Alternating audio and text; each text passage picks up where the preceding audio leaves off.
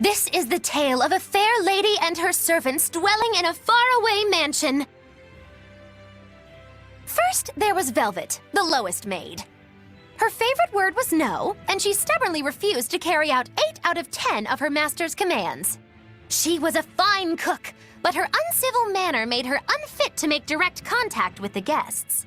It seemed that she only acted out because she was embarrassed to be seen in maid uniform, but if anyone dared to bring it up, I'll send you straight to hell. Next, there was Eleanor, the head maid, who performed every task with precision. A fastidious perfectionist, she couldn't abide even a speck of dust. But in her zeal, she often placed the cart before the horse. You can't walk on that floor! I just cleaned it! Then there was Rokuro, master of the kitchen knife, also known as the Wandering Chef.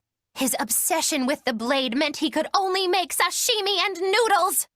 But what keeps him from cutting gels? Ah! The sole flaw in the Rangetsu style has been revealed. And then came Aizen, the newest servant, who worked least but boasted the most. But rumors of his connection to the underworld kept the master too afraid to complain.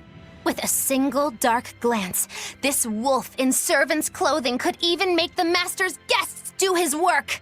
It's your life, so you take control of it. And it's your house, so you do the chores. Next was Laphicet, the serving boy, whose obedience was a refreshing change for the master, considering she had to deal with all the other ones. He was earnest and hardworking, but clumsy. So very clumsy. Seeing him in action made you want to rush to his aid, so if he worked, everyone worked. Sometimes he worked himself to total exhaustion, falling asleep on the spot, and he would have to be carried to his bed. I'll do my best in the morning. And last but not least was Lady Magilou. She was the master of the manor, but couldn't stand everyone calling the maids alone cute. Not to be outdone by her own servants, she donned a maid uniform herself and ended up working the hardest of all. That no one would believe her the lady of the house was a source of great distress. Not even her own servants.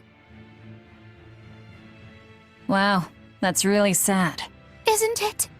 I'm talking about the servants who had to work for such a master.